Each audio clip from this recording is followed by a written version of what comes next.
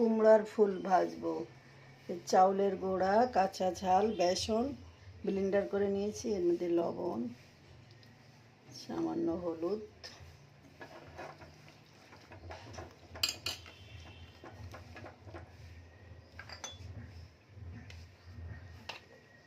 একটু জিরা মরিচের গুঁড়া,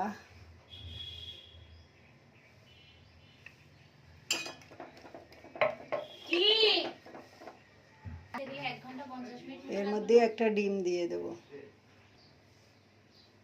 বিসমিল্লাহ।